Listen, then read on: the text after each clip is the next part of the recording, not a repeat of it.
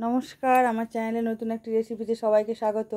আজকে আমি রান্না করব চিকেন। তো চিকেনটা আমি হাঁড়িতে রান্না করব, হাঁড়ি চিকেন বা হান্ডি চিকেন। তো দেখুন, আমি চিকেনটা রান্না করার জন্য যেগুলো লাগবে হচ্ছে একটুখানি আদা, রসুন, একটা বড় সাইজের পেঁয়াজ, আর নিয়ে নিয়েছি কয়েকটা কাঁচা পাকা লঙ্কা আর টমেটো, আর কিছুটা পেঁয়াজ নিয়ে নিয়েছি, আমি কুচি করে নিয়েছি। আর ওইগুলো আমি এখন পেস্ট করে নেব, কিছুটা পেস্ট করে নেবো। এই যে আমি পেস্টের জন্য আমি মিক্সি বাটিতে নিয়ে নিয়েছি। মশলাটা এবার পেস্ট করে নেব। মশলা পেস্ট হয়ে গেছে, দেখুন আমি চিকেনের মধ্যে মশলাটা দিয়ে দিয়েছি।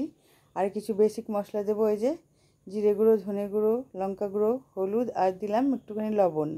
তো সব দিয়ে আমি এখন ভালোভাবে মেখে নেব। আর দিয়ে দেবো আমি হাফ কাপ টক দই। তো দেখুন আমি ভালোভাবে মাংসটা ম্যারিনেট করে নেব। তো এই যে আমি এখন এটা হাত দিয়ে ভালোভাবে মাখবো। সব উপকরণগুলো দিয়ে দিয়েছি মাংসের মধ্যে। এই যে আমি এখন মেখে নিচ্ছি। আজকে মাংসটা বেশিক্ষণ রাখতে পারবো না মেখে, আধ ঘন্টা রেখে দিলে, আধ ঘন্টা বা 1 ঘন্টা রেখে দিলে খুব ভালো হয়, কিন্তু অনেক বেলা হয়ে গেছে, এখনই রান্না করব। দেখুন রান্নাটা করার জন্য আমি গ্যাস অন করে আমি হাঁড়ি বসিয়ে দিয়ে দিয়েছি। আমি আজকে হাঁড়িতেই রান্না করব। আর দেখুন আমি কিছুটা আলু দেব, তার জন্য আমি আলুগুলোকে ভালোভাবে লাল লাল করে ভেজে নিয়েছি। এবারে আমি হাঁড়ির মধ্যে তেল দিয়ে দিয়েছি। তেলটা গরম হয়ে এসছে, এবার আমি হাঁড়িতে দিয়ে দিলাম, তেলের মধ্যে দিয়ে দিলাম শুকনো লঙ্কা, তেজপাতা আর গোটা গরম মশলা।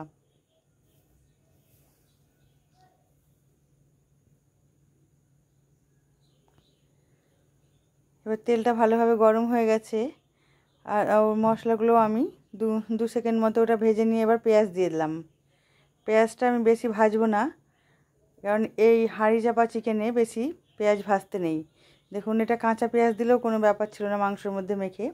তো এবার আমি মাংসটা দিয়ে দিলাম হাঁড়ির মধ্যে। এই মাংসটা এবার আমি ঢাকা দিয়ে দিয়ে রান্না করব আস্তে আস্তে। ছোটোবেলায় দেখতাম বাড়িতে মাংস হলেই আমার মা হাঁড়িতেই রান্না করতেন, এইভাবে ঢাকা দিয়ে দিয়ে। হেভি টেস্ট হয়, আর মাংস সেদ্ধও দারুণ হয়। তো আপনারাও করে খেয়ে দেখবেন একদিন আমার মতো করে। তো দেখুন এই যে আমি কিছুক্ষণ করে এটাকে নেড়ে দেবো, আবার আমি ঢাকা দিয়ে দেবো। এইভাবে ঢাকা দিয়ে দিয়ে আমি মাংসটা রান্না করব আজকে। দেখুন মাংসটার কিছুটা জল বেরিয়ে গেছে, ভালোভাবে কষিয়ে নিয়েছি। এই জলটা পুরোভাবে শুকিয়ে নিয়ে তারপর আমি মাংসটায় আবার গরম জল দেব। এই যে দেখুন, এই যে ঢাকা দিয়ে দিয়ে আমি রান্নাটা করে নিচ্ছি।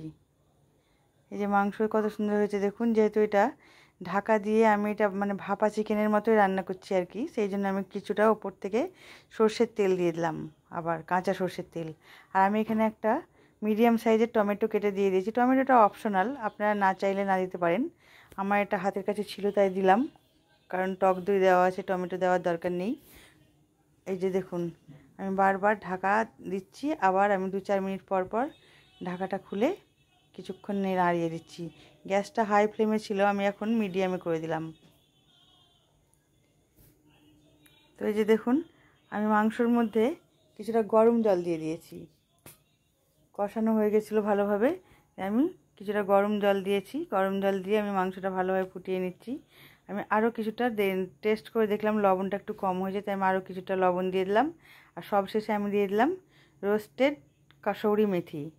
এই কাসৌরি মেথিটা দিলে প্রচণ্ড টেস্ট বেড়ে যায়, খুব ভালো লাগে। আমি রান্নাটা আমার হয়ে গেছে, আমি এটা 5 মিনিট গ্যাস অফ করে ঢাকা দিয়ে রেখেছিলাম।